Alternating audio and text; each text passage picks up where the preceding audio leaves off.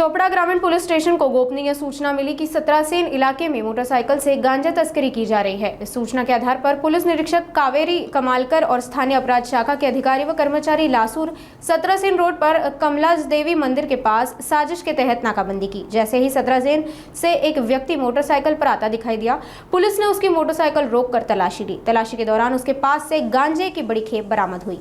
Police ने कुल 10 kilo गांजा जब्त किया, जिसकी कीमत लगभग 2,20,000 रुपए आकी गई है। इसके साथ ही पल्सर मोटरसाइकिल भी जब्त की गई, जिसकी कीमत करीब 1.5 लाख रुपए है। कुल मिलाकर लगभग 3,70,000 रुपए का माल पुलिस के कब्जे में आया है। आरोपी को गिरफ्तार कर लिया गया है और चोपड़ा ग्रामीण पुलिस स्टेशन में मामला दर्ज कर आगे की जाँच शुरू कर दी गई है। इस संबंध में पुलिस उपविभागीय अधिकारी अण्णा साहेब घोलप ने बताया कि जाँच जारी है। काल दुपारी स्थानिक गुन्हे शाखेचे PSI वाघमारे साहेब आणि आपल्या चोपडा ग्रामीणच्या पोलीस निरीक्षक कावेरी मॅडम यांना इन्फॉर्मेशन मिळाली होती की वर्ला मध्य प्रदेश या बाजूकडून एक इसम मोटरसायकलवर गांजा घेऊन येत आहे। त्याप्रमाणे त्यांनी साधारण सायंकाळी 5 वाजताच्या सुमारास 17 सेनला कमळजा मंदिर आहे, मातेचं मंदिर आहे, त्या ठिकाणी ट्रॅप लावला होता। दोन्ही टीम होत्या, स्थानिक गुन्हे शाखा आणि चोपडा ग्रामीणची।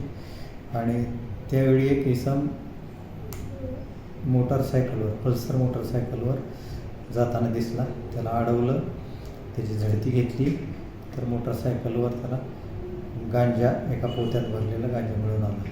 साधारण 10 किलो गांजा मिळालेला आहे।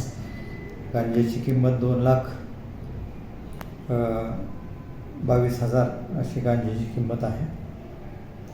आणि त्याची मोटरसायकल जी आहे, पल्सर मोटरसायकल, ती 1.5 लाख रुपयाची।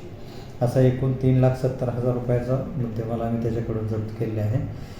आरोपीचं नाव संदीप मांगेलाल मेहता, तो बलवाडी जवळच्या चिखली तांडा मध्य प्रदेश या ठिकाणचा रहिवासी आहे। गुन्हा दाखल केलेला आहे। तो गांजा कुठून आणला, कुठं घेऊन जात होता, याबद्दल त्याचा आता PCR घेऊन पुढील चौकशी करत आहोत।